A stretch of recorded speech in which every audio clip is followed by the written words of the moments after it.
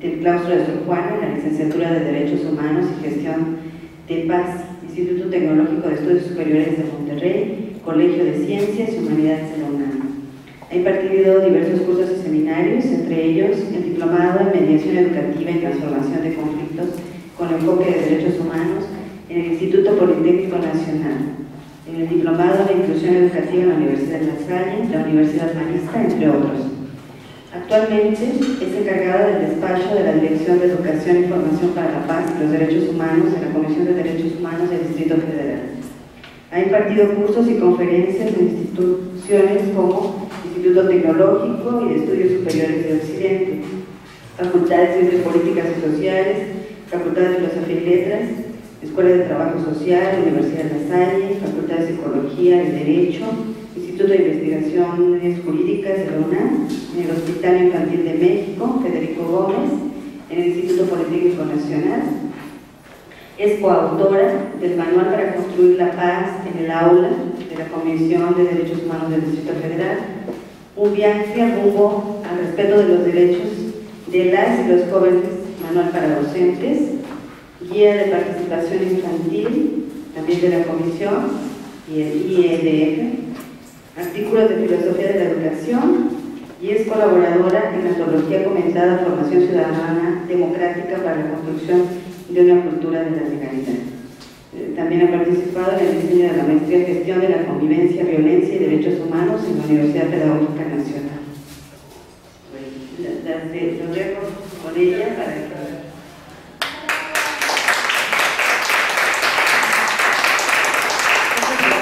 Buenas tardes a todas y a todos, muy gustosa de estar acá con ustedes.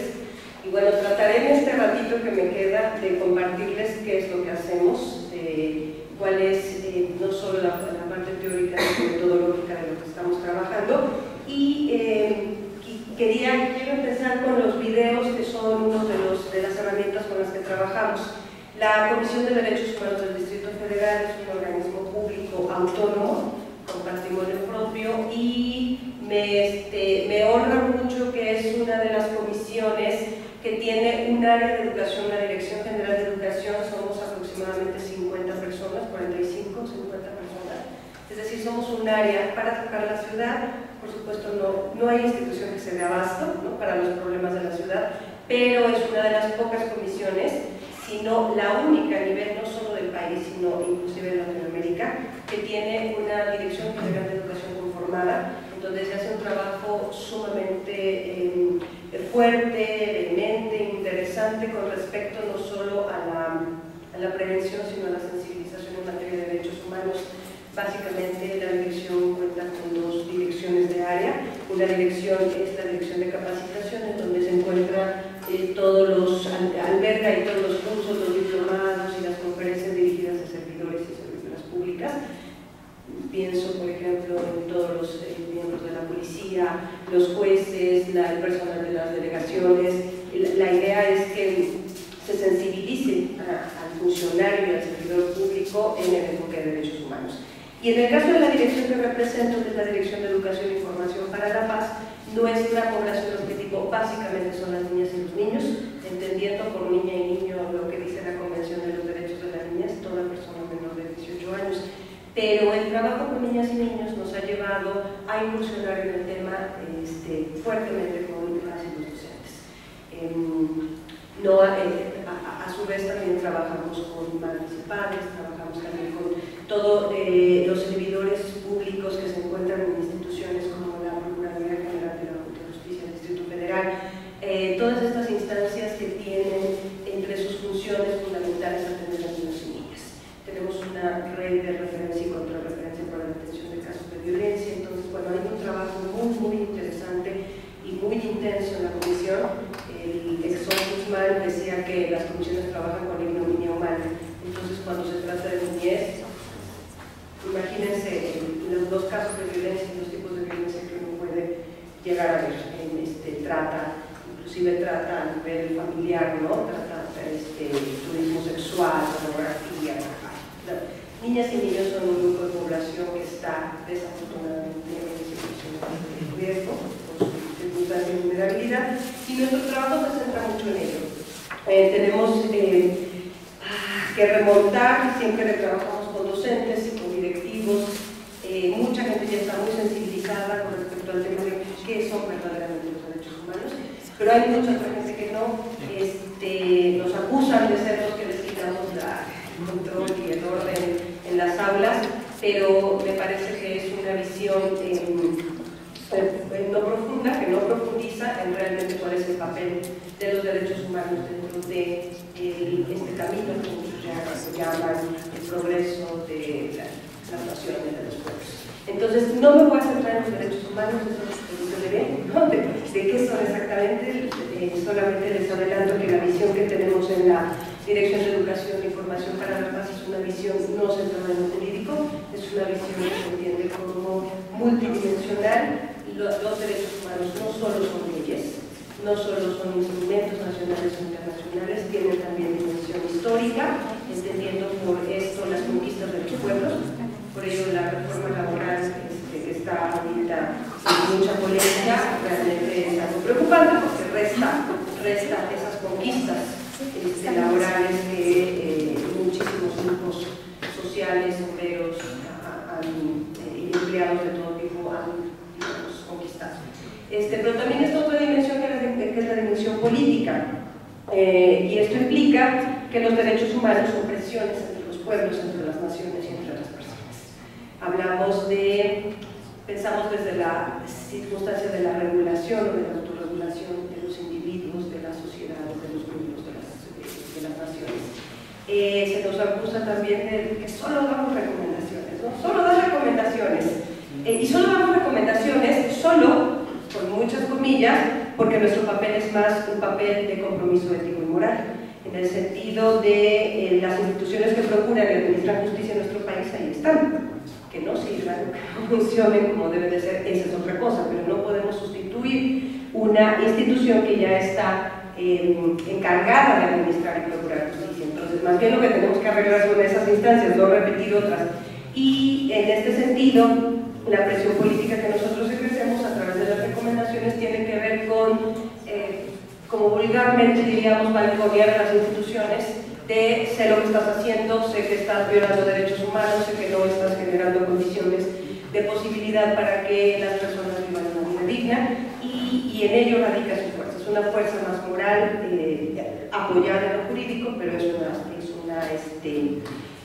versión más moral, ¿no? Piensen, por ejemplo, en estas cumbres internacionales, cuando todo el mundo señala Cuba o cuando señalan alguna nación y dicen allí se están violando tales o cuales derechos, ¿no? Tiene que ver con eso, la dimensión política, y ya les comenté, bueno, la dimensión jurídica, la dimensión política, la dimensión histórica, pero en donde se centra más el trabajo educativo, el trabajo de promoción y de difusión, es en la dimensión ética moral, ¿no? Y que implica que los derechos humanos son estos imperativos éticos que nos deben los unos a nosotros. La Declaración Universal de los Derechos Humanos de 1948 es, desde mi lectura, el instrumento más acabado de pretensión de una moral con pretensión también universalista, ¿no? Hay muchos países que todavía no la reconocen. Está la Carta de África. Asia también está queriendo hacer sus intentos y sus caminos en los derechos humanos. Se acusa a la Declaración Universal de ser una visión occidentalista, ¿no? Eurocentrista, pero sí considero que es un instrumento que ha tenido una repercusión en términos de la vida de las personas importante. Entonces, esa es la visión en general de los derechos humanos, y quiero iniciar presentándoles dos de los trabajos. Cada año la dirección festeja el aniversario de la Convención de los Derechos del Niño, que es en noviembre próximo, con trabajos que han hecho niñas, niños, adolescentes, y que han hecho distintos sectores. Por ejemplo, hemos trabajado con niñas y niños en situación de calle, primaria, de nivel secundaria, inclusive de preparatoria. Lo que hacemos son procesos educativos. Vengo a compartirles más o menos, y digo más o menos porque tengo poco tiempo, cómo trabajamos, cuál es el marco teórico, metodológico en el que nos basamos para hacer todos estos trabajos, que son producto a su vez que sirven para difundir derechos humanos, derecho a una vida libre de violencia y todos los derechos que digamos, afecten más a niñas y niños. Entonces, espero que escuchen hasta allá atrás, este video se llama Stop, el juego de la guerra, un cortometraje que se realizó entre la Comisión de Derechos Humanos, un estudio de producción de cortometrajes independiente y chavos y chavas del Colegio de Ciencias y Humanidades, se llama Stop, el juego de la guerra.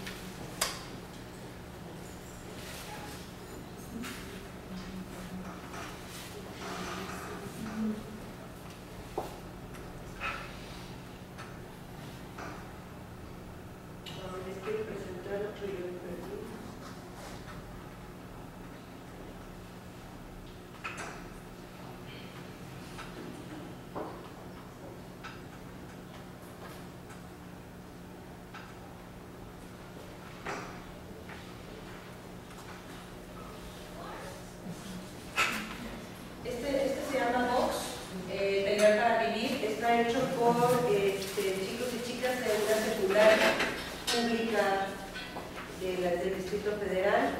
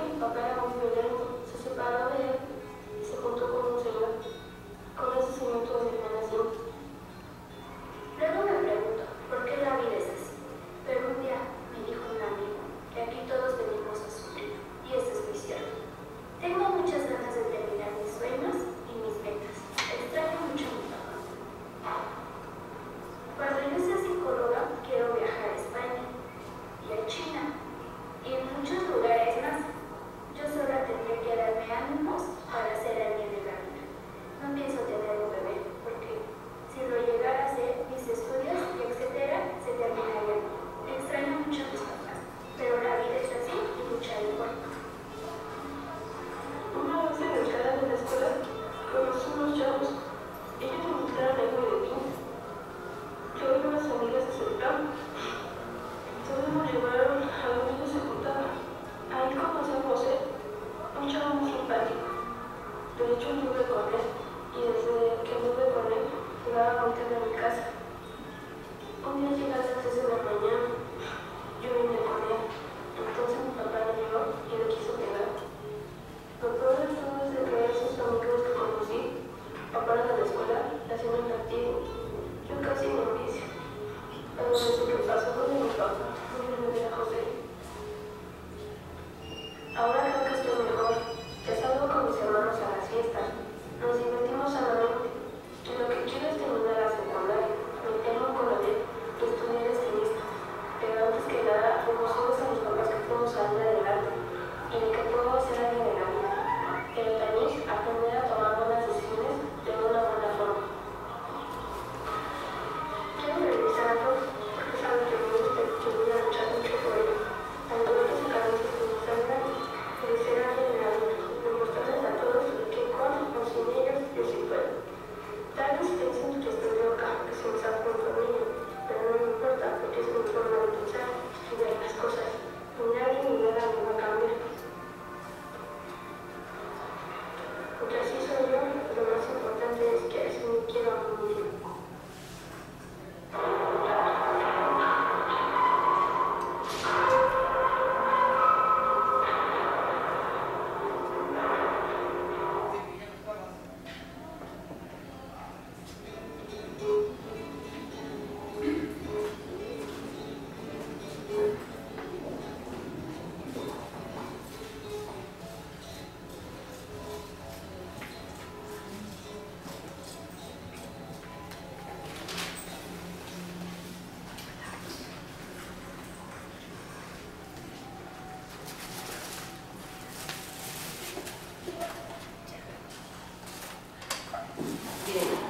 Para hacer esto más bien como que monólogo, ¿qué miran en los cortometrajes? Son, este segundo, como se pueden dar cuenta, está hecho con chicos y chicas que se encuentran en una secundaria considerada de alto riesgo, además en la ciudad, ¿no?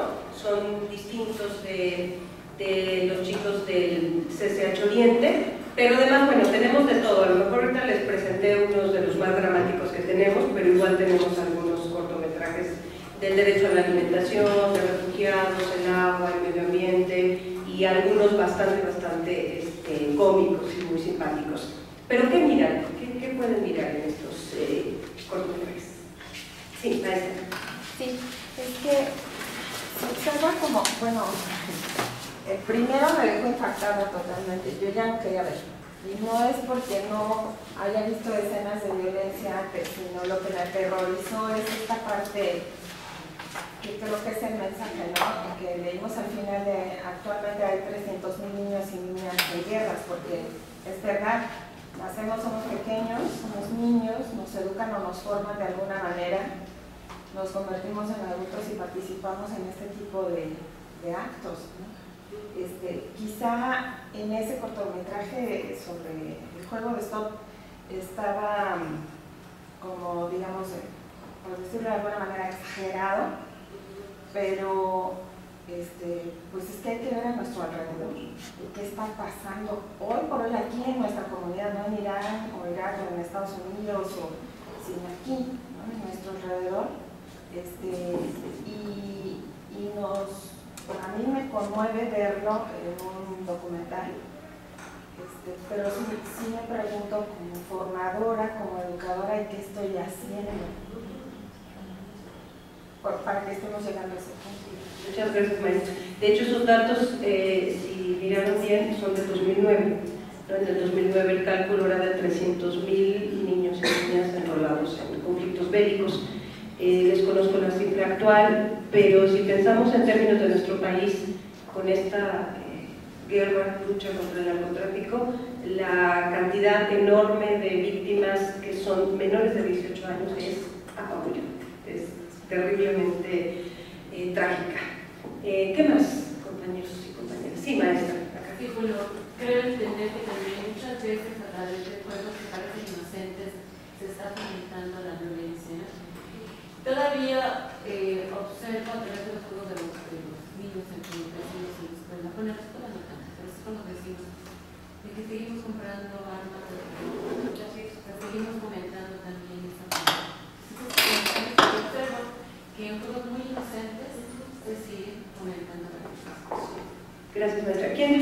esto?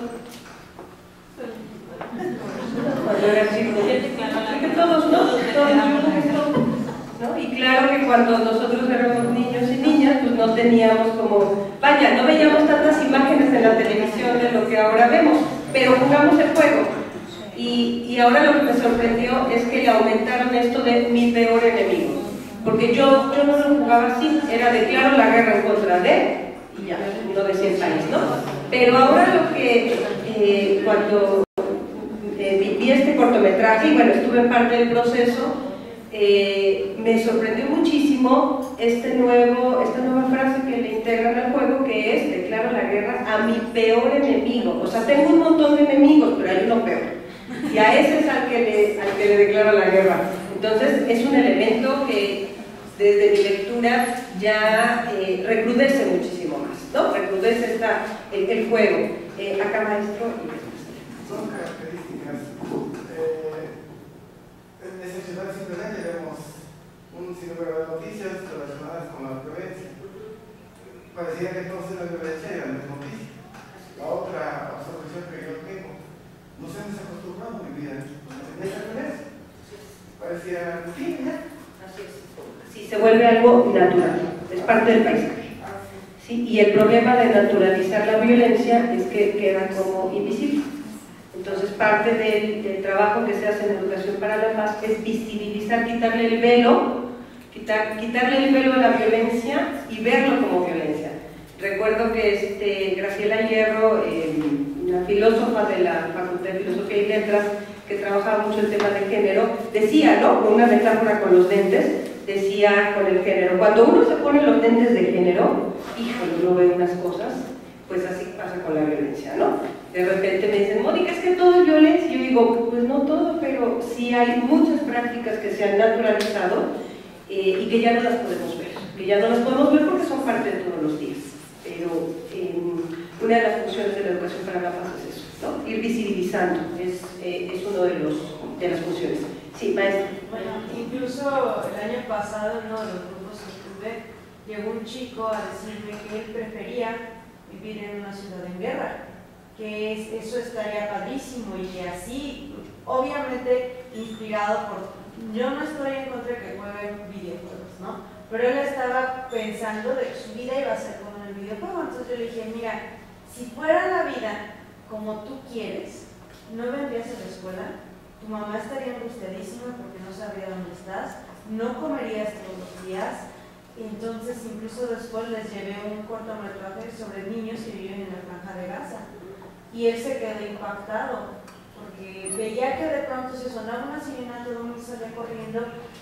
Y yo creo que el gran trabajo que debemos hacer nosotros los maestros es como sensibilizarlos de que la violencia nunca debe ser una opción de vida, que los chicos que desafortunadamente viven esas situaciones de violencia no fue porque ay qué padre y soy como el de Halo y ando matando cuando no, sino que viven. Incluso en ese documental venía una reflexión de un chico, yo he visto a chicos pakistaníes y son iguales a mí, porque los tengo que ver.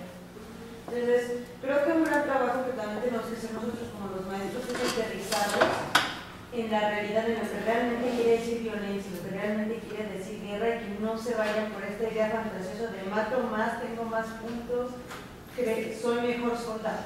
Ser mejor soldado, mejor ser mejor persona.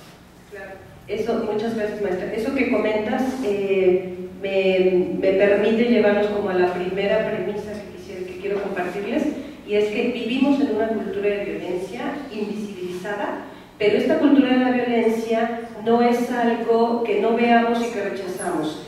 Más bien hay apología, vivimos en una cultura que hace apología de la violencia, y eso es todavía más grave, porque igual y si no la vemos, no la combatimos, pero si la vemos la rechazamos. Pero el problema es todavía más grave, que es que vivimos en esa cultura de la violencia y hacemos apología de la misma, ¿no? Que además tiene que ver con las estructuras patriarcales.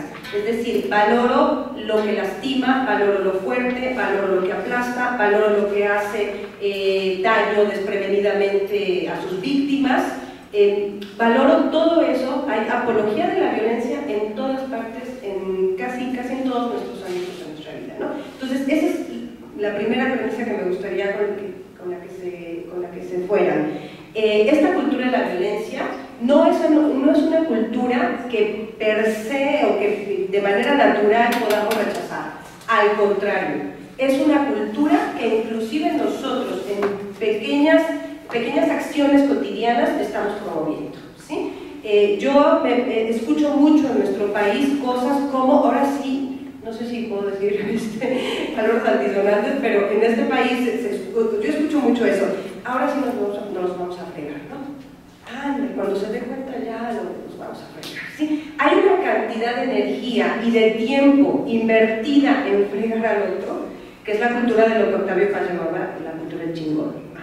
Es una cultura, y además eso, bueno, pensando en Octavio Paz, era un rasgo específico de los mexicanos, pero yo creo que se puede extender a gran parte de las culturas machistas en el mundo. Es decir, cómo se elabora este desequilibrio de la víctima, el victimario, la mujer, el hombre, el poder, el grande, el chico, este esquema dual, que es un esquema moral que tiene que ver con la violencia, que tiene que ver con el sufrimiento. Entonces, no solo no rechazamos la violencia, sino que muchos de nuestros pequeños actos refuerzan eso, ¿sí? El niño que llega golpeado de la escuela, el papá o la mamá le dice, si no pegas, para la próxima vez quien te va a golpear soy yo, ¿sí? Eso es una frase que yo he escuchado cualquier cantidad de veces. Es decir, no le doy herramientas para que hable, no le doy herramientas para que concilie, no le doy herramientas para que se defienda si es que no tiene, digamos, de manera inmediata la manera de dialogar, pero lejos de eso lo que le estoy diciendo es, si te están lastimando, tú tienes que lastimar todavía más. Y entonces esta cultura, repito, va permeando todos los ámbitos de nuestra vida. ¿Qué pasa? Que se vuelve invisible. Y entonces, si yo tengo un hijo que está golpeando, o un alumno que está golpeando a los otros, probablemente hasta le aplauda, ¿sí? Porque digo, claro, pues es que mi hijo no se deja. O sea, todos los demás son una bola de debiluchos y de pobretones que no se saben defender, pero mi hijo o mi hija es líder, ¿sí? Entonces, esta apología de la violencia hace todavía, no solo que no la veamos, sino que la fomentemos. Sí, maestro. Bueno, en este ejercicio de presentación de actividades lúdicas, creo que es demostrar la distorsión de valores. Mucho se escucha la frase, es que no hay valores. Si hay valores, los emocionales, estas actividades de nuevo, más de 3 décadas, en las que se impone la generación de acciones de aceptación tácita de que a veces para mantener la paz hay que hacer la guerra, en ese estereotipo bélico. Sin embargo, en la actualidad escuchamos de niños desde preescolar hasta adolescentes que dicen, yo quiero ser sicario, y saben lo que es un sicario, y se prefiero vivir con lujos un año de toda la vida en el abandono, en el desconcierto. Entonces vemos casos tan terribles como que niños de 10 o 12 años ya están descuartizando personas, caen víctimas de las redes, pero lo más interesante es ver esta generación de actividades, ejercicios en la resolución de conflictos de manera pacífica. Comentaba en un foro de la UNAM, Facultad de Derecho, esta generación de espacios para las mujeres, pero los fines de semana, ¿no? Entonces, o cuando no hay actividad programada para los niños o actividades mixtas. Entonces, siempre este nivel de desventaja en la ocupación de espacios trata a visibilizar esa sensación de que hay grupos oprimidos, grupos vulnerables. Pero es importante ver cómo en el entorno de la presentación sí se habla de un problema real, que cada familia tiene en su grupo. Hay deserción escolar, pero a veces como maestros, como administradores, como directivos, no tenemos el espacio suficiente de canalizar la violencia. Lo vemos en situaciones que a veces se salen de control, como el caso de la Universidad de la Ciudad de México, ¿no? Donde los rechazados están en espacios, bueno, ya los tengo identificados, ya los tengo en un espacio. Ahora, ¿qué bondades, qué alternativas les doy para resolver los conflictos de manera pacífica? Me llama mucho la atención, ¿no? Cómo se está presentando esta situación en Michoacán, donde el director de la Facultad de Medicina dice: yo entro a tomar las instalaciones porque yo quiero tener un espacio de convivencia académica. Válidos no los otros grupos, no lo sé, pero ¿cómo resolverlo de una manera no violenta y sin pacífica? Yo creo que es el gran éxito de sus programas. Sí, gracias, maestro. Sí, tiene que ver con los niños, ya no son los mismos de antes, ¿no? Aunque jugábamos stop, creo que no hacíamos muchas de las cosas que ahora hacen los niños, ¿no? ¿Y qué hacemos? ¿No? Porque bueno, programas hay, bueno, ustedes saben mejor que yo, ¿no? Programas y materiales por aquí, materiales por allá, y que si la educación en valores, y que si la educación en la democracia, y que si la pedagogía emocional, y que si la cognición situada, y todas esas corrientes y enfoques pedagógicos que yo lo que a veces siento es que no nos alcanzan, ¿no? Y si no nos alcanzan, probablemente no es porque los enfoques les esté fallando algo o estén errados, sino más bien tenemos que pensar qué estamos haciendo con todos ellos y cuál es la corresponsabilidad, no solo como formadores, sino la parte de las instituciones, ¿no? que comenta el maestro. Voy a definir la violencia desde cómo la vemos acá en la Educación para la Paz, para que quede un poco más claro. La segunda premisa que quería comentarles, que ya se me olvidó, no se me olvidó, la naturalización de la violencia. La otra esa es la premisa. ¿Qué hacemos? ¿Seguimos enseñándoles a los niños y seguimos presentándonos como normalmente lo hacían con nosotros?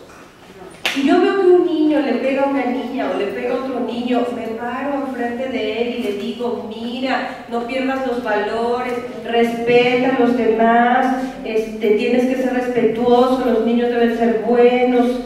¿Sirve? Ya no. Entonces, un poco la invitación es: dejen de hacer eso. Porque además los niños alimentamos un poco el estereotipo de que me viene a dar un sermón. Niños y jóvenes, me viene a dar un sermón, nada más se la pasa bla, bla, bla, bla, y yo ni la escucho y ni entiendo.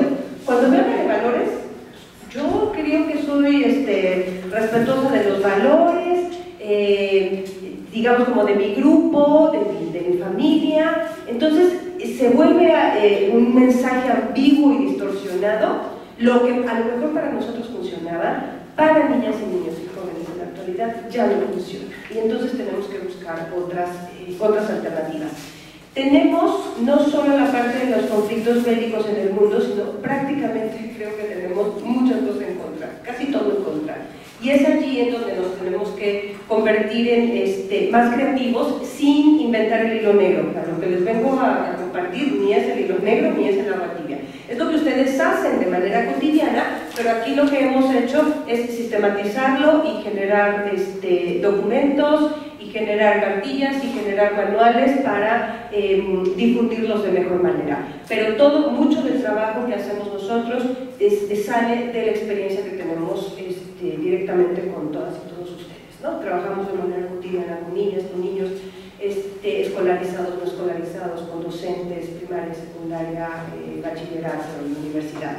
Entonces la idea es eso, es decir, las herramientas que ustedes tienen en clase con todos sus grupos son herramientas que se pueden reunir, que se pueden sistematizar y que es parte de lo que nosotros estamos trabajando en la Educación para la Paz. ¿Había una maestra por acá? Sí. Buenas tardes.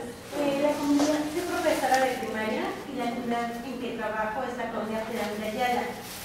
El contexto sociocultural está inmerso de violencia.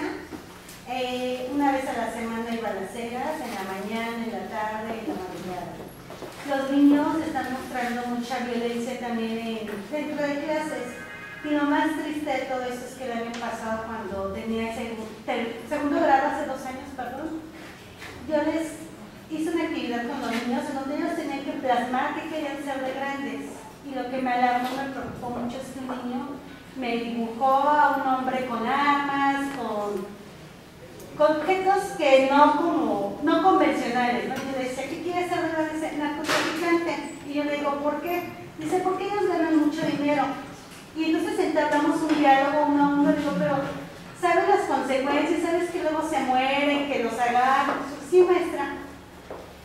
Le digo: ¿y quiere hacer eso de grande? Dice: sí. Dice: porque yo veo que viven bien. Y entonces lo preocupante de toda esta situación es cómo los niños desde pequeños están viendo el fin utilitario de su vida, sea poco o sea mucho lo que van a vivir y cómo la quieren vivir, sin importar a quién están afectando o si ellos mismos son afectados. Lo que me ha servido a mí un poco el trabajar en este contexto es sensibilizarlos y ponerlos en el lugar del otro, cambiando radicalmente un poco de tema. Cuando se presentan situaciones difíciles en mi salón que resolver, yo les digo, ¿qué sentirías si él hiciera lo mismo? Y entonces cuando llega ese momento ellos llegan a un punto de reflexionar y les cae el 20 que lo que están haciendo no es lo adecuado y que están afectando a otra persona. Pero como maestra sí me preocupa que estamos viviendo una sociedad llena de violencia y que los niños sean los más afectados, que nosotros como adultos no hagamos nada por cambiar esta sociedad. Gracias, maestra. Eso me lleva a comentarles otra idea con la que también quiero que se vaya. Toda esta circunstancia hace que la sociedad le demande a la educación, al sistema educativo, soluciones que no puede hacer por sí sola. ¿Sí? El problema es que las y los docentes terminan cargando todas estas circunstancias en sus hombros propios. ¿Sí? Y vemos ya cada vez también muchos más casos de docentes que presentan eso que se llama el malestar docente o el burnout, ¿no? Que es ya la despersonalización, la deshumanización en alguna secundaria para trabajadores, en donde las chicas llegaban, las chicas y los chicos llegaban ya rechazados de 1, 2 o hasta 3 o 4 escuelas. Yo recuerdo que una maestra me decía, Mónica, yo los odio. O sea, yo vengo, yo los odio, ya, no me vengas a hablar que la educación es nada, patrañas. Yo los odio, ya no los soporto, sigo trabajando aquí porque es mi ingreso, pero yo los detesto, sí, porque me han hecho la vida absolutamente miserable. Claro, una docente que se encuentre, que se puede sentir absolutamente sola, ¿sí? Sin una corresponsabilidad social. Entonces, esta idea que les quiero transmitir es una circunstancia de corresponsabilidad social que no solo tiene que cargar el sistema educativo, sino que hay responsabilidades específicas de los órganos de procuración de justicia, de los órganos de salud y de todas las instituciones públicas, porque los derechos humanos son responsabilidad de garantizarlos el Estado, ¿sí? Y eso tiene que ver con la violencia estructural. Bueno, me voy a... miren, seguramente muchos de ustedes ya saben cuáles son las funciones o las tareas de la educación para la paz.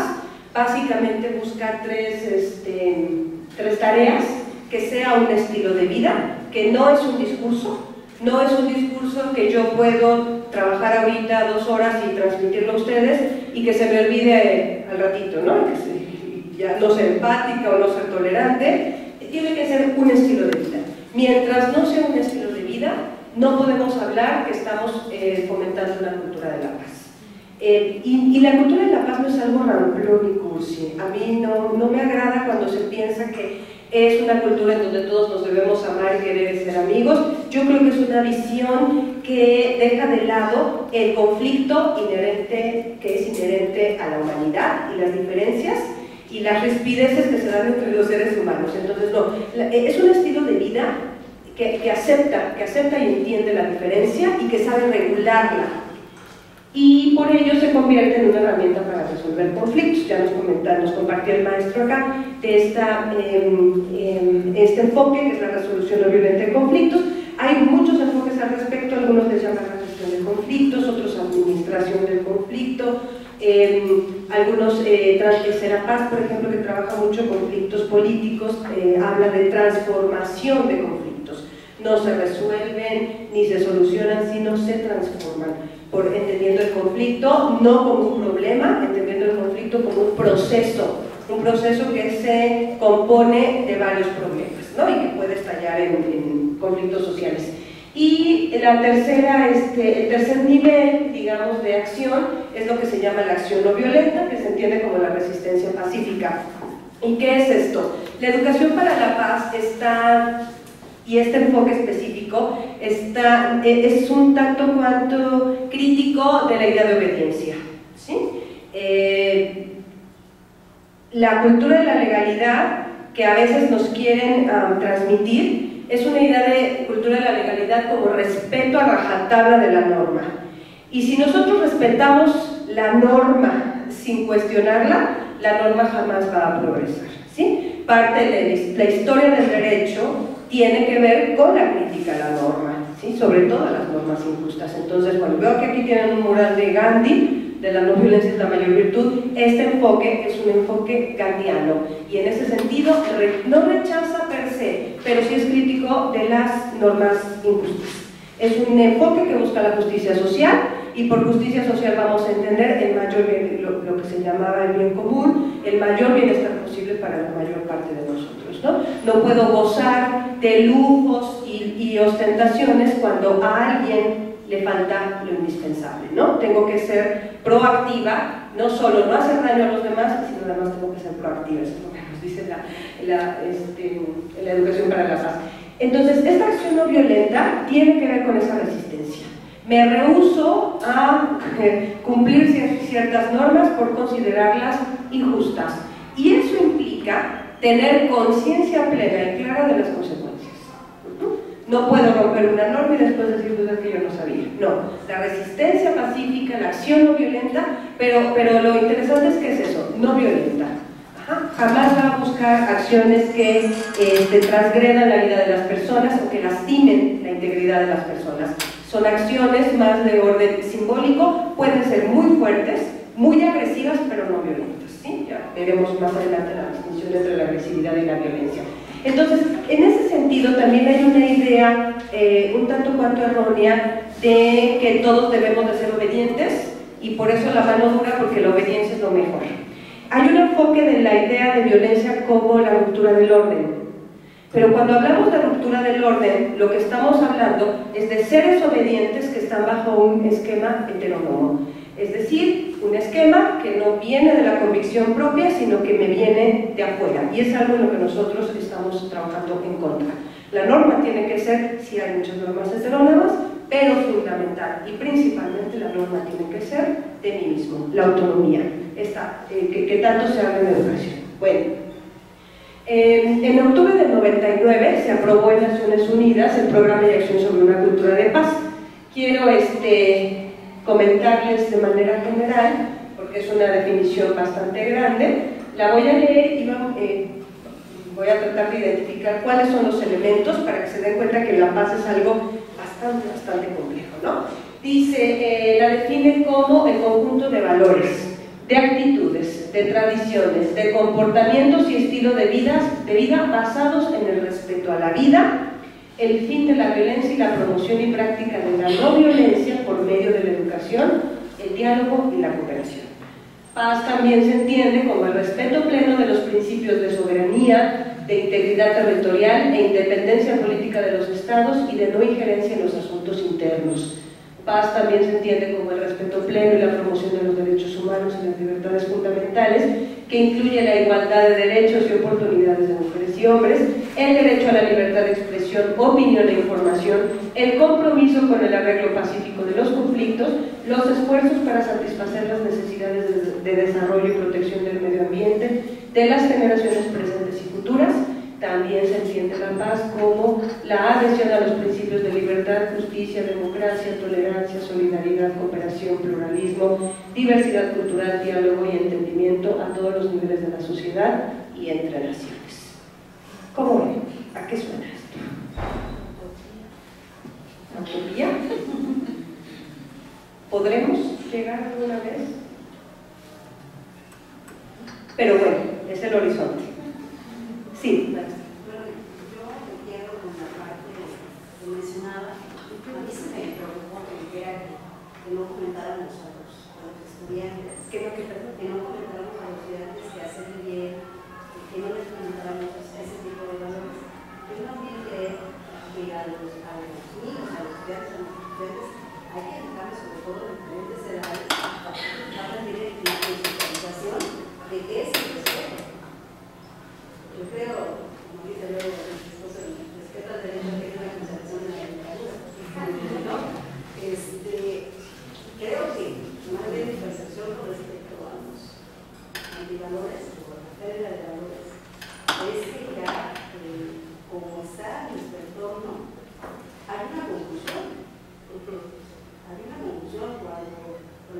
yo digo, mis hijos son mis hijos. Y a veces decimos, son mis amigos. Entonces, ya está confundiendo. Mi hija ya está confundiendo que sí, soy su mamá, pero no es su amiga. Y tiene que respetar a los demás. Si es su casa, digo, sí está cargando a la parte de la escuela, a la parte del docente, pero mucho es de casa. Ahí es donde lo que surgen los valores, ¿no? Yo veo en el cortometraje, decía mi papá tiene otros 4 hijos, pues hay una cuestión ahí de valores. O sea, si yo no voy a exigir a mi hijo algo que yo no me he dado, ¿qué puedo exigir que mi hijo no? Claro, creo que me expresé mal. No me refiero a que no les enseñen valores, me refiero al cómo, ¿sí? Y a eso me refería. No estoy diciendo que les diga vayan y peguen y falten al respeto, no, más bien al cómo, que esa manera de decirle respetar para ellos no significa absolutamente nada, ¿sí? Entonces, más bien mi punto era sobre los qué, sobre los cómo, ¿sí? Y una parte importante de esto es que no vamos a adoctrinar. O sea, esta perspectiva sí se aleja del adoctrinamiento. Es decir, yo no le voy a decir respeta por respeta, le tengo que explicar y además, y yo les diría, no expliquen, mejor busquemos otras estrategias, ¿no? Otras estrategias que además nos hacen que nos podamos divertir mucho con ellos y que se pueden entender de mejor manera, ¿no? Ya nos compartía la maestra que utiliza mucho ejercicios de reflexión y de empatía, pero más que explicarle, yo sí creo que si les traigo a los niños una lámina de ahora vamos a hablar de la honestidad, esta es la semana de la honestidad, de verdad me parece a mí que es tiempo perdido, porque precisamente en esta ambigüedad de valores también tenemos que estar muy claros de cuáles son los nuestros y que no los debo de imponer, ¿no? Debo de tener muy claro cuáles son mis valores y no imponérselos, porque si no lo que estoy haciendo es adoctrinándolos. Y esta visión, el enfoque teórico metodológico que trabajamos va más bien a la autonomía. Y en la autonomía, los hijos y las hijas y los alumnos y las alumnas pueden hacer cosas que no nos gusten, pero que son decisiones de ellos, ¿no? Siempre, por supuesto, con el límite de respeto a la dignidad de ellos y de otras personas, pero no sé si estoy siendo clara. No debo de imponerle mi moralidad, por más ancestral que sea en mi familia y por más virtuosa que yo la considero, no debo imponerle. Creo que eso es un adoctrinamiento que limita la capacidad reflexiva de toma de decisiones y de autonomía de niñas y niños. Pero era más por los cómo, maestra, no por el qué, no era el contenido, eran las formas. Sí, maestra. Incluso, aunque existen valores, como usted mencionaba, no son los mismos valores que existieron simplemente entre mi generación y la generación de mis alumnos. Hay mínimo que serán 25 años de diferencia. Entonces, lo que sí, yo no le puedo decir, o eso puede decirle respeto a tal cosa, sino más bien ellos en su vida diaria tienen que reconocer que el respeto es parte fundamental de que la sociedad siga marchando bien. En el momento, con situaciones muy sencillas en el aula, si nos empezamos todos a gritonear, si nos empezamos todos a maltratar verbalmente, en ese momento incluso es hasta como si ¿cómo se sienten? Claro, ¿les gusta? Y ellos mismos son, bueno, yo creo que ahorita ya los alumnos son capaces de darte una definición propia de qué respetos y cómo pueden mejorar una situación caótica basado en los valores que van construyendo, pero además la ética y la reflexión sobre las acciones que desempeñamos. La ética no se la puedes enseñar a nadie. La ética se desarrolla de acuerdo a esa reflexión. Como dice usted, la autonomía, yo creo que, y más, por ejemplo, yo estoy en 6º año, cuando brincan a la adolescencia, que claman por su autonomía, dentro de los medios te dicen, sí, eres libre, puedes hacer lo que quieras, puedes llegar a donde quieras, sí, pero ¿cuáles son las consecuencias de esto? Entonces, es hacerle, igual pasa con los derechos del niño, se lo saben de memoria, pero ¿cuáles son sus obligaciones? Es esta ir y venir entre qué es correcto, qué no es correcto, pero no porque la maestra me lo dice, sino porque yo considero que no es correcto. Y cuando tome una decisión, debo afrontar sus consecuencias. Esa es la clave de la autonomía. Sí, entendiendo por la autonomía de la ley propia. Sí, ¿Sí? exacto. No el capricho. No. Porque los niños pueden decir, bueno, es mi autonomía. No, la autonomía pasa por el examen de la razón y la convicción pura, digamos, propia, y habla de la norma propia. Entonces, ahí es cuando digo, no los adoctrinen. Digo, yo sé que tenía una amiga que llevaba a su hija a marchas y todo esto, y yo le decía, deja de ideologizar a tu hija, ¿no? Y me decía, no, mejor la ideologizo yo a que la ideologicen los de enfrente, ¿no? Entonces, bueno, pensando un poco en eso, digo, si fuera, yo no soy mamá, pero seguramente haría lo mismo, pero sí buscando siempre la reflexión del otro, porque si no, lo que estamos haciendo es, repito, un adoctrinamiento, y si queremos alejarnos de eso. ¿Por qué queremos alejarnos de eso? Porque si no vamos a seguir preservando y reproduciendo sistemas patriarcales y sistemas autoritarios que jamás van a hacer que esta sociedad sea una sociedad de ciudadanos. Vamos a seguir promoviendo súbditos en lugar de ciudadanos. Bueno, híjole, creo que ya se está acabando la pila. Bueno, no sé si alcanzan a ver. Esta es la propuesta teórico-metodológica. Miren, hasta arriba se encuentra el enfoque de la educación para la paz y los derechos humanos a través del enfoque de la no violencia. El segundo recuadro dice la no violencia como forma de vida. Esta no violencia implica no solo no hago daño a los demás, sino soy proactivo o proactiva, ¿sí? No puedo, hay una idea de paz negativa, que es, ya lo mencionaban también por acá, la paz como ausencia de guerra o la paz intimista. No se está buscando una paz en donde yo estoy en paz conmigo misma, aunque allá afuera se estén matando. Esa no es la paz que busca la educación para la paz. Se busca una paz de tipo positiva que implica la justicia social. ¿Por qué? Porque la paz intimista lo que nos lleva es a la indiferencia, ¿no? Estas frases que podemos escuchar continuamente de yo respeto a las personas bisexuales o yo respeto a los homosexuales, pero que no se metan conmigo, ¿no? Así como, pero que no me contaminen. Implica una paz intimista y es una paz que no lleva a la solidaridad ni a la convivencia. Bueno, tenemos acá abajo, del lado izquierdo está esa no violencia. La trabajamos y la transmitimos a través de lo que entendemos como herramientas de análisis. ¿Cuáles son estas? El modelo ecológico y la perspectiva de género. ¿Por qué el modelo ecológico? Porque lo que me hace es analizar que cada individuo se encuentra, es un sistema que está relacionado con otros subsistemas, ¿sí? Yo no puedo pensar, por eso no nos gusta hablar acá de bullying, porque criminaliza a los niños. ¿Sí? Porque no mira el contexto, porque desresponsabiliza a los adultos, porque pasa lo mismo que con la violencia contra las mujeres, ¿no?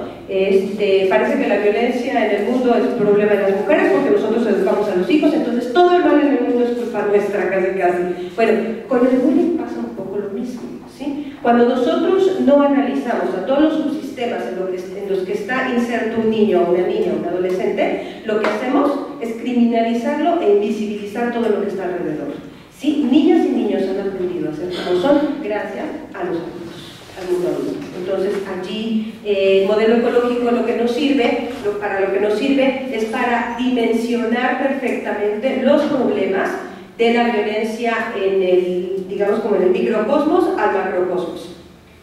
Lo veremos más adelante. Y la perspectiva de género. ¿Por qué la perspectiva de género? Porque hay quien diría, quizás en enfoques como un poco más radicales, que toda la violencia es violencia genérica. ¿En qué sentido? En el sentido de pensar en una entidad, no voy a decir mujer y hombre, ni voy a decir masculino y femenino, en una entidad que se presume como lo fuerte, como lo activo, como lo que hace en relación y con otra fuerza o con otra entidad, que es lo débil, lo pasivo, lo abandonado, ¿no? Mientras esto es lo abandonado, lo otro es lo que abandona, y ese esquema lo podemos reproducir no solo en los cuerpos femeninos y masculinos, sino en niños pequeños, inclusive en las instituciones. La perspectiva de género como herramienta de análisis lo que nos permite es visibilizar los desequilibrios, el desequilibrio de poderes. ¿Por qué al sistema educativo se le pide tanto y a seguridad pública pueden hacer atrocidades y atrocidades y parece que no pasa nada? Porque en esta línea genérica, seguridad pública se identifica con lo masculino, se identifica con lo fuerte, se identifica con lo activo y se identifica con lo macho. ¿Sí? El sistema educativo no. Ah, ¿tú querías ser maestro? Pues ahí, como Bartola, ¿no? Ahí tienes estos 2 pesos y vas a hacer maravillas porque esa es tu misión, esa es tu vocación, casi como ¿cómo llamarle? Como de una relación mística, ¿no? Tú vas a hacer lo que sea para salvar a los niños y a las niñas del mundo. No sé si me estoy explicando. El género atraviesa no solo nuestras relaciones personales con hombres y mujeres, con niños y niñas, sino que atraviesa toda la estructura, inclusive institucional. ¿Sí? ¿Por qué mucho dinero a seguridad pública y poco dinero al sistema médico? Porque el sistema médico también está entendido o es una entidad en ese sentido femenina. ¿Sí? Esta dualidad moralina es terriblemente perniciosa. ¿Sí? Muy perniciosa porque entonces se hace apología de lo fuerte, hace un momento les comentaba, lo fuerte, lo activo, lo que lastima, lo que abandona, y castigamos muchísimo más a esta otra parte. Y es una interpretación dualista, pero dualista moralina y bastante ramplona del mundo, ¿no? Creo que el mundo es bastante más matizado, tiene más matices. Bueno, están entonces estas herramientas de análisis, el modelo ecológico y la perspectiva de género, y de este otro lado dice metodología, y las metodologías que trabajamos son la participativa, la dialógico-reflexiva y la vivencial. ¿Sí? ¿Qué significa esto? Que nos alejamos de los discursos, por eso nos alejamos de los discursos para trabajar desde, Nietzsche decía, un filósofo, Friedrich Nietzsche, decía que no hay nada que se quede en el cuerpo que no se haya vivido. ¿Sí? Entonces, en ese sentido, que además tiene un profundo enfoque constructivista, tiene que pasar la experiencia por la piel, tiene que pasar por la vida, la carne y la sangre. ¿Sí? Entonces, estos ejercicios de empatía, nada más que claro, hay que ser muy cuidadosos y muy respetuosos porque tampoco queremos lastimar a nadie. Entonces, allí también se parte del principio ético que domina su actuar frente a un grupo, no generando dinámicas ni actividades que vayan con la intención de lastimar a nadie. No se trata, por supuesto, vaya, ni al líder más terrible que ha golpeado a todos, ni a ese muchachito, uno puede descargar sus instintos de venganza con él. No, por favor, porque entonces perdemos toda la parte de la idea de la dignidad humana. ¿Por qué participativa? Porque es una visión muy a la Freire, en donde todos nos educamos con todos. ¿Sí? En donde nadie ya se no tenemos la bueno, la parte de la participación tiene que ver con que todas aprendemos de todas y de todos nos educamos en conjunto, y es por ello que insisto en que la responsabilidad de la educación es en realidad una corresponsabilidad. ¿Sí? Yo creo que uno se educa o se malforma de manera permanente, es decir, en mi casa recibo ciertas nociones o ciertos ejemplos, pero también cuando me subo al pecero, pero también cuando me subo al metro, pero también cuando camino, pero también cuando voy al mercado, pero también en todo momento. Entonces, claro que el señor que conduce el pecero, claro que me está enseñando modos de ser, ¿sí? Y puede ser que mi familia me haya dicho que la honestidad es lo más hermoso y valioso de las personas, pero cuando yo salgo al mundo y veo que todo el mundo se comporta de manera deshonesta, entonces el mensaje encontrado que tengo, yo lo que voy a decir seguramente si soy un adolescente, es que mis papás están bien anticuados, ¿no? Digo, mis papás están chapados a la antigua porque este mundo se maneja de esta manera, ¿sí? Esto que comentaban hace un momento de que los niños quieren ser sicarios, a mí me ha tocado mucho que las niñas cuando estaba el Big Brother querían ser teiboleras, ¿no? Era su aspiración ser teiboleras. La violencia es una de las industrias que generan más ganancias económicas en el mundo, ¿sí? Entonces, pensando en que son industrias que generan mucha riqueza, y riqueza para unos cuantos, tenemos allí digamos, un obstáculo, un enemigo en contra, no quiero hablar de enemigo, pero sí un obstáculo para educar para la paz. Porque claro, todos los mensajes en general lo que están fomentando es la guerra, lo que están fomentando es la hipersexualidad, en esta ambigüedad de valores. Yo le decía, platicando con algunos maestros, me decían, Mónica, pero es que las niñas se te ponen enfrente con la falda, con la mini chiquifalda y cruzan la pierna y luego se están midiendo el tamaño de los genitales casi enfrente de uno. Son así. Yo le decía, mira, ponte a pensar en el mensaje que le está dando el mundo. Y el mensaje que le está dando el mundo es que tiene que ser una niña hipersexualizada, ¿sí? Que a los 12 años o a los 8 años tiene que estar mirando cómo se ve, qué tan sexy, qué tan guapa es. Ante todo eso, ante esa digamos, como no confusión de valores, yo creo que más bien tienen muy claro qué valores inculcar, ¿no? Ante eso, ante todo ese mundo, ante toda esa información mediática que están recibiendo niñas y niños, no puedes decirle que está mal porque sus estrellas favoritas y las personas que más adoran son así, y de hecho lo que ellas quieren es ser como Anaí o ser como cualquiera de estas chicas, ¿no? Claro, son prototipos del deber ser. Entonces, más bien, tendremos que preguntarnos cómo es este deber ser.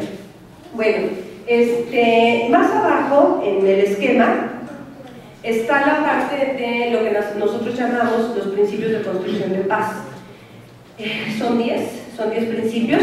Uno de los, el principal, no el principal, el primer principio que planteamos en el manual para construir la paz en el aula es el principio de realidad. ¿Y qué implica el principio de realidad? Aquí y ahora, ¿yo qué hago? ¿Sí? No es, ay, estamos en un mundo globalizado y entonces en el mundo globalizado no hay nada que hacer. No, es que el sindicato, no, es que el presidente, no, es que, ¿sabes qué? Mi coordinador, no, mientras esté mi coordinador aquí yo no voy a poder hacer más nada. No, mientras yo tenga este grupo, con estos niños, con Carlitos López, que es terrible, no voy a poder hacer nada. No sé, estoy inventando, estoy exagerando, por ejemplo, ¿no? Lo que quiero decirles es que para trabajar en la educación, para trabajar en una cultura de paz, tenemos primero que partir del aquí, del ahora, de mis herramientas y de lo que tengo en mi contexto, ¿sí? Mientras yo no tenga claro qué quiero hacer, cuánto estoy dispuesto a hacer, cómo voy, si voy digamos, se me va a ir la vida en ello, si no estoy dispuesto a eso, yo creo que lo que va a suceder es que nos vamos a sentir frustrados, ¿sí? Porque entonces vamos a estar intente una vez y otra vez y otra vez y vamos a terminar diciendo, esto no tiene remedio. Aquí no hay nada que hacer, como esta maestra que les comentaba, que me decía, Mónica, por favor, no me vengas con discursos, yo los odio, son terribles y han hecho mi vida miserable. El principio de realidad lo que nos permite es darnos cuenta que no se me tiene que ir la vida en ello y puedo construir paz. Y puedo trabajar por la paz. Porque mientras trabaje por la paz para los demás, voy a estar también construyendo la paz para mi persona, ¿sí? Y eso es una ganancia en el sentido positivo del término, una ganancia para todas y todos. Otro de los principios es el de respeto al orden, que tiene que ver con el apego a las normas, pero las normas que se generaron en consenso, ¿sí? Este esquema de la heteronomía, de yo solo respeto las normas que me vienen de afuera, en general ya está bastante desgastado este esquema, ¿sí? Hacer las normas en clase y generar esquemas de causas y de consecuencias, no de castigos, ayuda a construir la paz. Y les descarga de ser ustedes digamos, como el policía.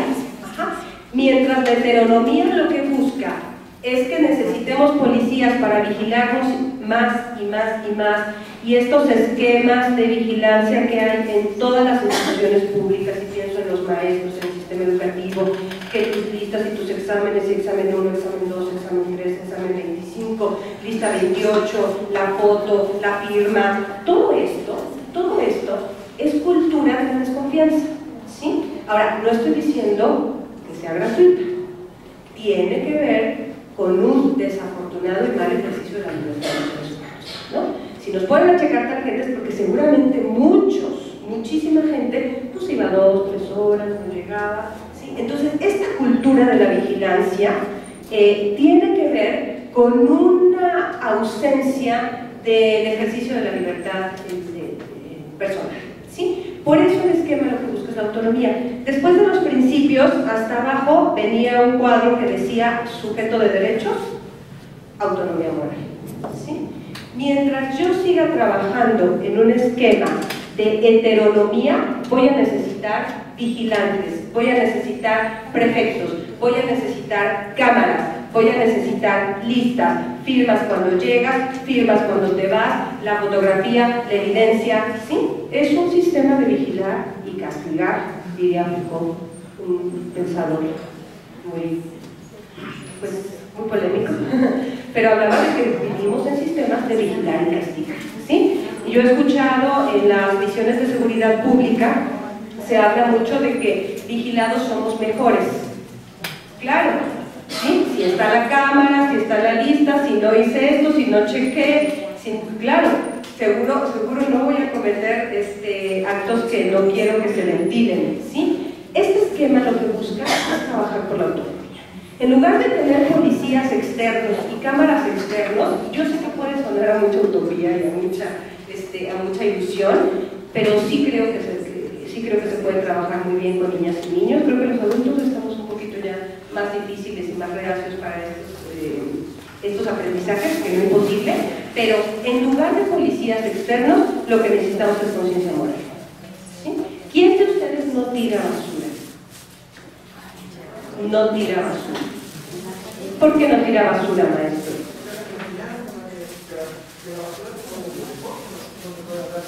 ¿Y lo sigue haciendo solo porque se lo enseñaron? ¿O qué otra razón tiene para no tirar basura? ¿Alguna otra razón además de esa? ¿O no? Nada más porque se lo enseñaron. ¿Allá, maestro? ¿Por qué no tira basura? No tiro basura porque pienso en las consecuencias de que si yo tiro basura y el vecino tira basura, que sea mínima, puede ser, no sé, la cáscara de un plátano, pues sí, es degradable, y miles de pretextos nos podrás comer, pero simplemente el ver una basura es como les digo, el que tú llegues y veas tu mesa llena de basura es una agresión para ti mismo, es decir, que no te quieres, porque si quieres debes cuidar el ambiente en el que estás cuidado, es colocar la basura, los desechos que no corresponden. Entonces, yo lo hago porque pienso en las consecuencias más, digamos, soy maestra, soy hermana mayor, entonces yo soy un ejemplo de mi familia, soy un ejemplo para mis alumnos. Si ellos ven que yo tiro la ropa, si no pasa nada, tirada, al poco rato yo no tendría autoridad alguna para decirles que no tires basura. Yo lo veo por eso. En el caso que nos están compartiendo, tiene que ver con la autonomía. Yo me doy una norma, no necesito un policía, ¿sí? O sea, no es que si está el policía no tiro basura y en cuanto se ve el policía, ¿qué es lo que pasa con los niños? ¿Sí? Mientras está el maestro, están calladitos, bueno, ya no tanto, ¿verdad? Pero por lo menos es un ejemplo que podía uno utilizar hace todavía unos años, ¿no? Mientras está el maestro, entonces todo el mundo está como tranquilito, se ve el maestro y entonces ya es como, somos libres, podemos hacer lo que queramos. Bueno, no. La idea aquí de la autonomía tiene que ver con cómo me impongo mi propia norma, y mi propia norma me la puedo imponer solamente a través del convencimiento. Y el convencimiento se da a través del beneficio que yo tengo, pero también del beneficio de las personas, ¿sí? No necesito un policía para que me vigilen y que yo llegue temprano o cumpla con mis deberes. Y esto me lleva a decirles que los niños no tienen obligaciones, compañeros. En todo caso tienen deberes, pero no tienen obligaciones. Nada más para aclarar la noción, la obligación es una noción de carácter jurídico, ¿sí? Entonces obligación es algo que se tiene que hacer de esa manera, y si no se hace de esa manera hay un castigo, ¿no? Un acto punitivo. En el caso de los niños no, porque yo no puedo condicionar sus derechos a que hagan. No le puedo decir no vas a comer, o no vas a dormir, o no vas a jugar si no hiciste la tarea. Hay que buscar más más bien la autonomía, ¿no? Y bueno, ya tengo poco tiempo, la noción de violencia, que venía más adelante en la presentación. Entendemos por violencia, es una noción muy amplia, es todo aquello que limita u obstruye el ejercicio de los derechos humanos. ¿Sí? Esa es la violencia. ¿Y qué obstruye o limita el ejercicio de los derechos humanos? Muchísimas cosas. La violencia es entendida en este sentido amplio desde dos perspectivas, o más bien la dividimos en dos, que es la violencia directa y la violencia indirecta. La violencia indirecta la vamos a entender como esta que se ve y la indirecta como la que no se ve, o como la que está, digamos, velada o invisibilizada. La violencia directa, a su vez, la dividimos en violencia física y violencia psicológica, y es lo que vemos.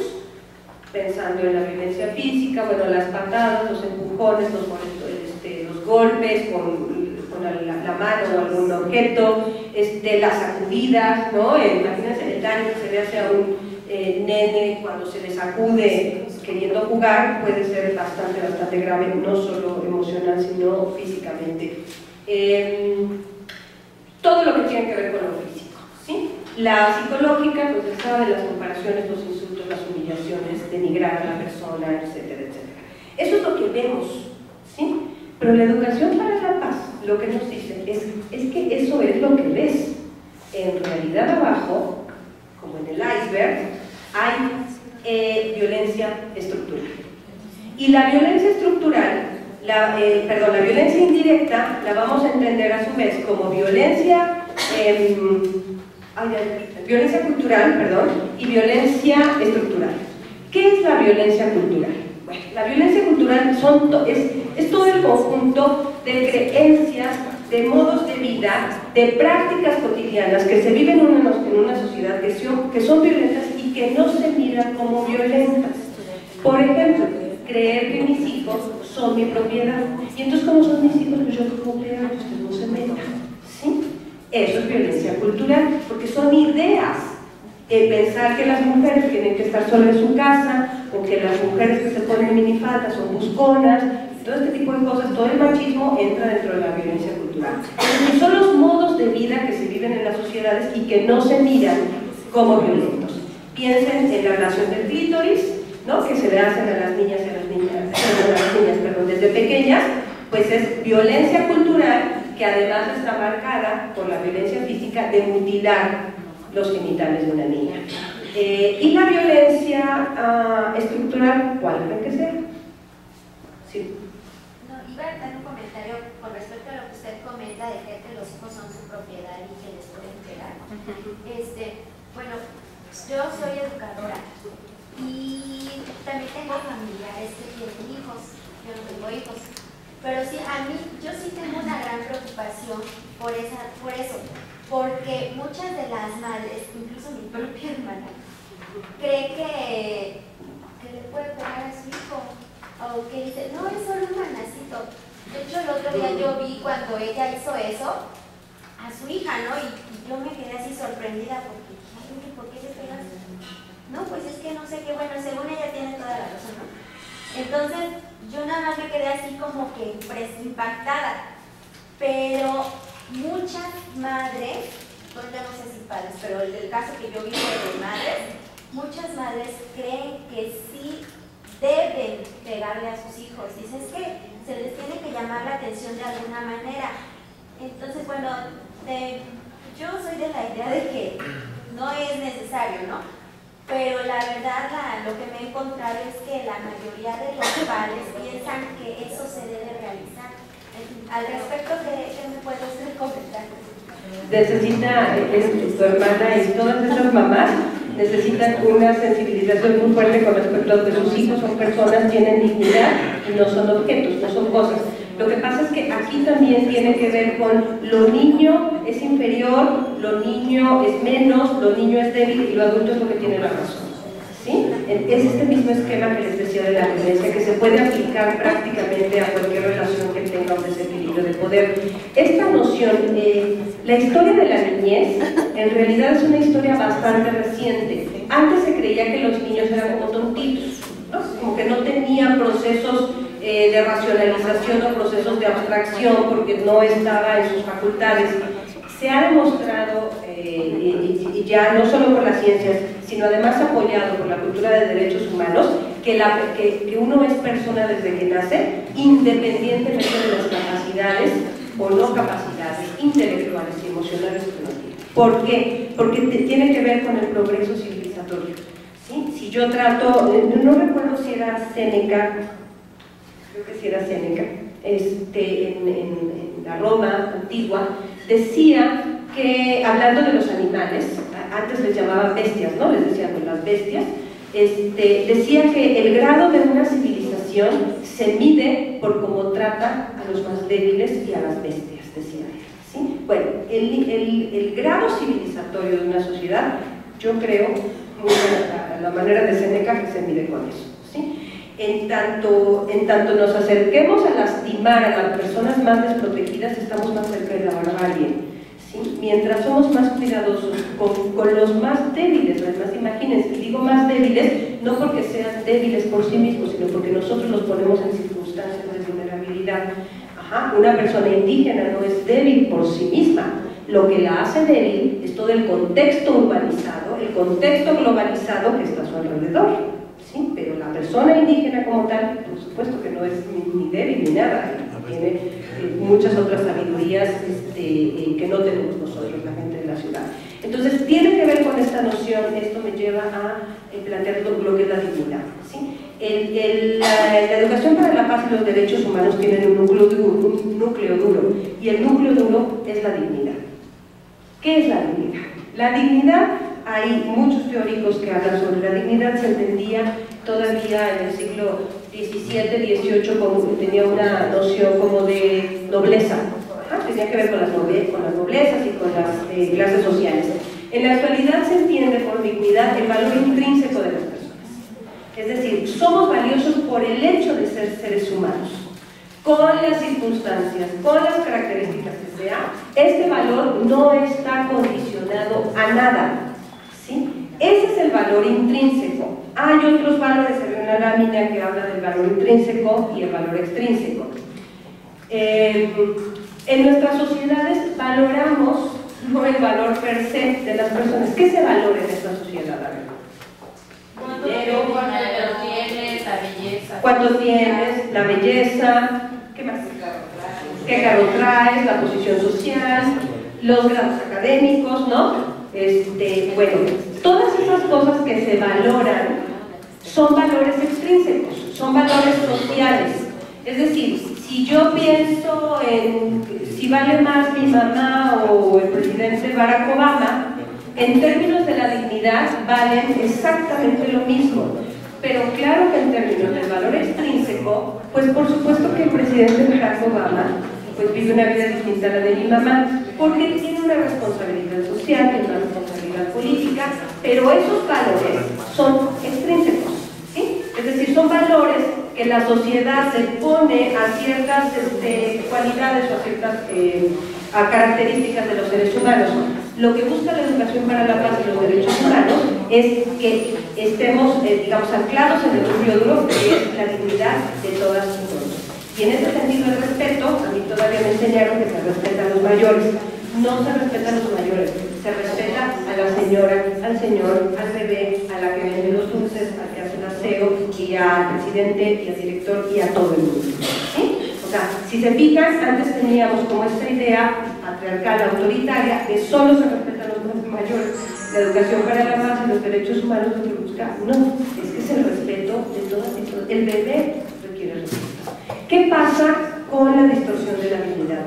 Cuando yo no, la dignidad implica que yo miro al otro o a la otra como un igual a mí, en valor.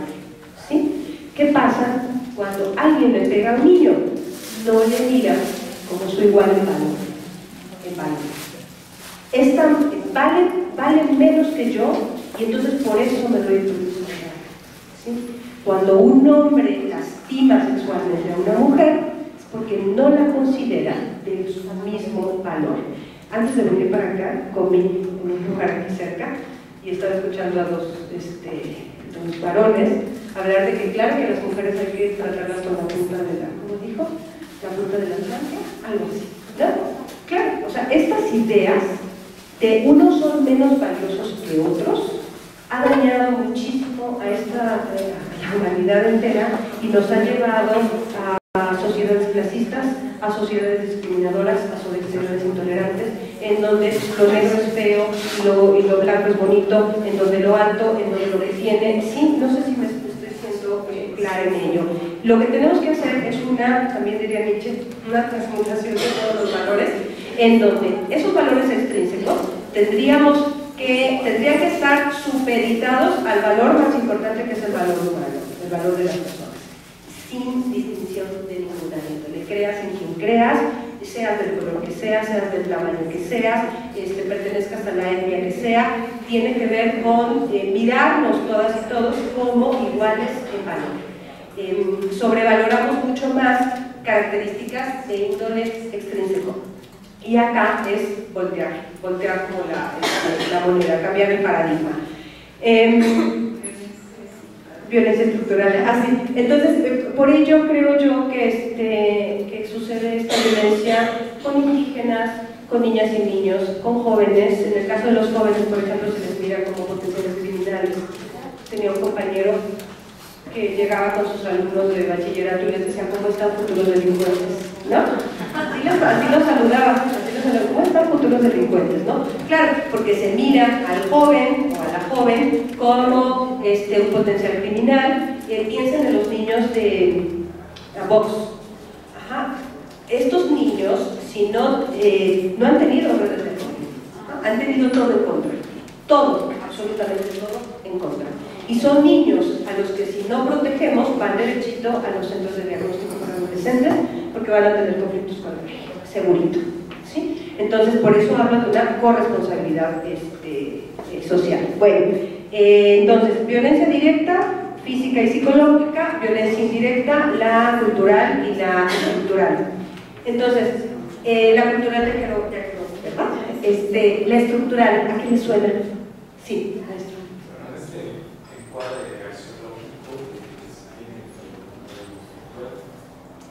Definitivamente hay que romper paradigmas, ¿no? Algunos conocimientos todavía ceden a las normas, una vaca o los chinos, y en ese sentido reclaman sus costumbres, ¿no? Cuando evidentemente hay una expresión de desventaja en ese no reconocimiento al valor intrínseco de la persona, dado los derechos humanos. Esos costumbres, el nivel cultural, y el estructural público es una desaparición institucional, legal, que desde el 2009 está dentro de los programas patrocinados de todas las dependencias en un programa transversal de perspectiva de género por ser grupos vulnerables. Y no es solo las mujeres, están los discapacitados, están adultos mayores, están los indígenas, y a veces se pierde de vista que inclusive hay grupos de trabajo de hombres violentados. ¿Y qué se hace con los que se reconocen como agresores? Hay un tratamiento y es la parte donde se ha encargado mucho a los docentes, a los maestros, en el sector educativo, la capacitación. Pero es una corresponsabilidad, porque definitivamente tienen antecedentes, la formación en casa se practica de cierta manera. Pero ¿qué pasa con el nivel de prevención de políticas públicas y de un problema de salud, un problema de atención de interés nacional que ha sido rebasado, que está expuesto, no solo en México, hasta en Finlandia, ¿no? Donde ha habido esta confrontación de una no atención al llamado y a la escucha a la problemática de la vivienda social. Entonces, yo creo que lo importante aquí es reconocer como Estado parte y autor de varios acuerdos, convenios, proyectos, protocolos, ¿no? Hasta las CEDAW, hasta las mujeres, la juventud. Pero el nivel de atención no es responsable, vamos a ser más policías, vamos a tener más maestros, sino una conciencia de relación en que la primera parte que nos mostró, si nos dice los estados, el respeto y llegar a la persona. pero el reconocimiento de la convivencia diaria, el ser, el estar y el derecho a la vida, inclusive, ¿no? Porque también hace un colegio de la nación, pero en el sentido de las etapas de la oportunidad de relacionarse y vivir, para entender que mientras más se protejan los derechos económicos, sociales, culturales y ambientales, los DESCA, a través de los protocolos que ha mencionado el comisionado de la ONU, tiene que ver esa relación de reconocer y hacer presión desde lo social, desde lo comunitario, para que en ese entorno no nos dejan imponer a dar sermones y hablar de una realidad utópica, donde el contexto queda rebasado, porque si yo no llevo para dinero para entrar al baño, los de sexto van a golpear a los de tercero, ¿no? Y si no, la mía se va a torta o pagar por tener derechos en tantas veces a la vida. Situaciones exageradas, pero que sí se ven cotidianamente y hay una desinstrucción tanto de las instituciones como de la propia familia. Dicen, estas escuelas de tiempo completo, por un lado, quieren más información en las aulas, pero queremos los docentes que convivan más con la familia. Eso incluye venir donde la participación debe ser conjunta. Y se vuelve esquizofrénico el discurso, ¿no? Por un lado una cosa y por el otro, y dices, bueno, a ver, ¿cómo si esto está como encontrado? Retomo lo que dice el maestro. Piensen en los niños de Vox. ¿Qué condiciones, qué derechos no han ejercido sus familias? A ver, hay pobreza, hay violencia, pero ¿qué derechos hay atrás? ¿Habrá un empleo, un salario digno, bien pagado, vivienda digna? ¿No? Eso es violencia estructural. ¿Sí? Todo lo que hace y deja de hacer, no solo el Estado, sino también todas las instituciones como la iglesia, como la familia, para perpetuar estos esquemas de violencia y de pobreza.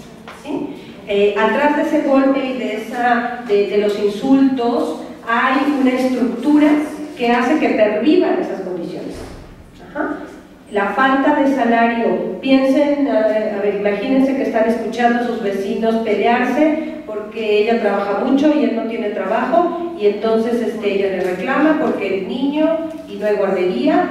Bueno, lo que estamos viendo es lo directo, lo que se ve como los gritos, pero abajo de todo eso está algo que tenemos que visibilizar, que es la falta de empleo, la falta de un salario digno, la falta de una vivienda digna, la falta de guarderías, ¿sí?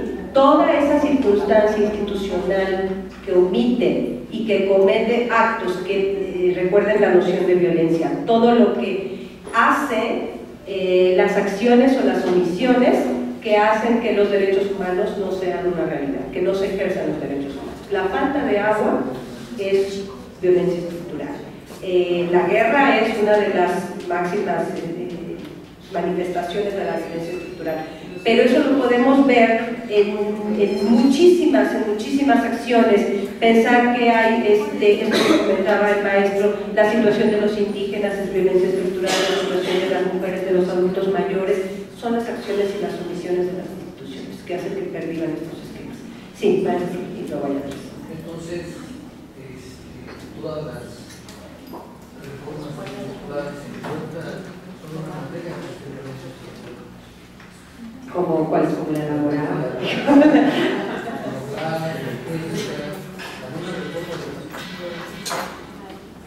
estamos entrando con una cuestión, se vuelve algo, no sé, distorsionado, algo contradictorio. Le doy mi opinión personal, que no institucional. Sí, yo creo que sí. Sí, porque cuando hablaba de violencia estructural, yo me referí inmediatamente al argumentario de hay un argumento de una clara violencia estructural.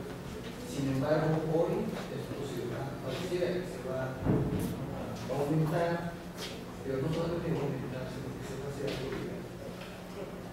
Sí, se legitima a través de una ley. ¿Sí han escuchado lo que está pasando en España? Sí. ¿No? Está terrible la situación. uno se puede preguntar, ¿este mundo no genera la riqueza suficiente para que todos vivamos bien? Yo creo que sí, ¿no? Hay riqueza en este planeta, yo creo que para dar y regalar. El problema es que es una riqueza mal distribuida, ¿sí? Y es una riqueza no solo mal distribuida, sino tenemos un orden de una injusticia social atroz, ¿no? Porque a lo mejor nosotros no tenemos problemas de hambrunas, si hay hambre, no digo que no, pero no hay las hambrunas de África. Cuando uno empieza, esta es una visión humanista, y en ese sentido, como visión humanista, pues sí es una visión crítica de las visiones tecnócratas y de las visiones neoliberales, ¿no? Y de las visiones estas de vigilar y castigar y todas estas, no se pueden llamar reformas o estructuras o intentos de controlar más a las personas, ¿no? Es una visión humanista. Yo creo que tenemos que ser como mucho más críticos con respecto a todo lo que está pasando en este país, y no solo en este país, en el mundo, porque claro que hay reformas que lo que van a hacer es empobrecer muchísimo más. Los que tienen mucho van a tener más, los que tienen poco van a tener nada. Y tengo un amigo que tiene un doctorado, es un doctorado en Japón, y me decía algo hace un par de años, me decía: Mónica, si en un país alguien que se ha matado tanto como yo, que tiene un doctorado en el extranjero, trabaja como trabajo yo, es porque algo anda muy mal. Claro, aquí ya vemos, ustedes tienen formación universitaria y trabajamos muy duro todos los días. Entonces, ¿qué pasa con el resto de la gente? La mayoría de la gente que no ha tenido el acceso a la educación, se le niegan además otros derechos, ¿no? Los derechos son interdependientes, en el sentido de que cuando se viola un derecho, en general se violan muchos otros. Si se me viola el derecho al trabajo digno, la salud, la cultura, la participación, la recreación y muchos otros derechos se van también menoscabando. Entonces, bueno, pues y quiero terminar, tenía dos citas muy bonitas, una de Ikra Mantaki, pero no me las sé de memoria, te las debo, me las paso por la presentación. Es una de Ikra Mantaki, que ella fue una filósofa de origen persa que vivió aquí en este país, tiene un libro que se llama El Manual del Ciudadano Contemporáneo, y ella retoma a Smith, que era un economista, y dice algo muy importante Smith, que retoma Ikra. Cuando las sociedades se colapsan, cuando las instituciones o los ámbitos de la vida humana propias del espíritu entran en el mercado, ¿no? Y piensa ella en la iglesia, piensa en el ejército, piensa en los artistas y piensa en la educación. Cuando estas esferas entran a la dinámica del mercado, las sociedades se colapsan. Y yo creo que estamos viviendo ello cuando estas actividades que tienen que ver más con el espíritu, aunque suene un poco idealista, entran en las lógicas del mercado. Desgraciadamente tenemos una vida que ocurre en términos de los dineros. Creo que eso es una tragedia. Y bueno, ya para terminar, les traje materiales. Traigo dos ejemplares de algunas cosas. Tenemos un manual para primaria, que es Sembremos Derechos para Cosechar la Paz, que son básicamente dinámicas y cómo hacer secundarias con los niños y las niñas. Es increíble lo que ellos puedan reflexionar, ustedes lo saben mejor que yo, cuando se les brindan las herramientas y los espacios para reflexionar, y además uno los puede conocer mucho más verdaderamente, ¿no? Sin prejuicios. Y que está más dirigido como para docentes de secundaria, que es el manual para construir la paz en el aula, y es donde vienen los principios para construir la paz. Tiene también una parte de mediación de conflictos. Planteamos que uno puede negociar o mediar un conflicto con sus alumnos o alumnas, si tienen o no claridad en el conflicto y los temas que se van a abordar y todas estas herramientas de educación para la paz. Y les traigo algunos de los videos, de los cortometrajes. Vamos a cumplir 10 años ya haciendo estos cortometrajes. Los de los primeros años la verdad es que tienen una factura bastante rústica. Hemos ido mejorando los productos a partir del apoyo de productores independientes, pero que son profesionales de los temas. Pero les dejo dos videos. Esta es la compilación del 2003-2005 y les traigo otro disco del 2010. Y ¿qué más? Les traje una convención de los derechos de la niñez en la versión infantil, bueno, la versión para niños y niñas con sus 50 artículos, y también algunos interactivos. Este cuadernillo, después les puedo enviar todo por vía electrónica, esto lo pueden difundir, de eso se trata, son materiales para difundirlos. Este cuadernillo es un cuadernillo que trabajamos en el proyecto de Juventud por la Paz. La dirección de la que yo soy responsable tiene muchos proyectos. Tiene un proyecto que se llama La Casa del Árbol, otro que se llama La Casita de los Derechos, hay otro que se llama Juventud por la Paz, que es en el proyecto en el cual se hizo el cortometraje de Vox.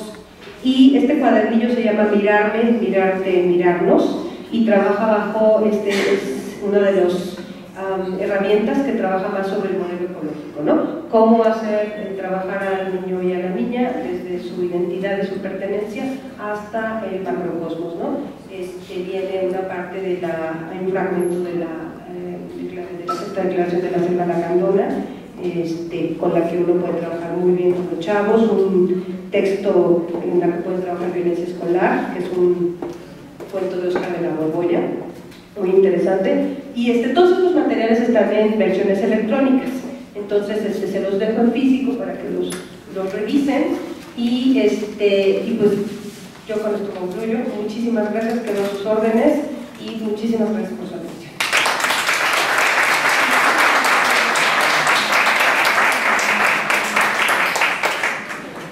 Gracias, nada más queremos agradecer a la maestra Mónica Mendoza González por su presentación de la conferencia Educar en la Paz, una alternativa a la cultura de la violencia.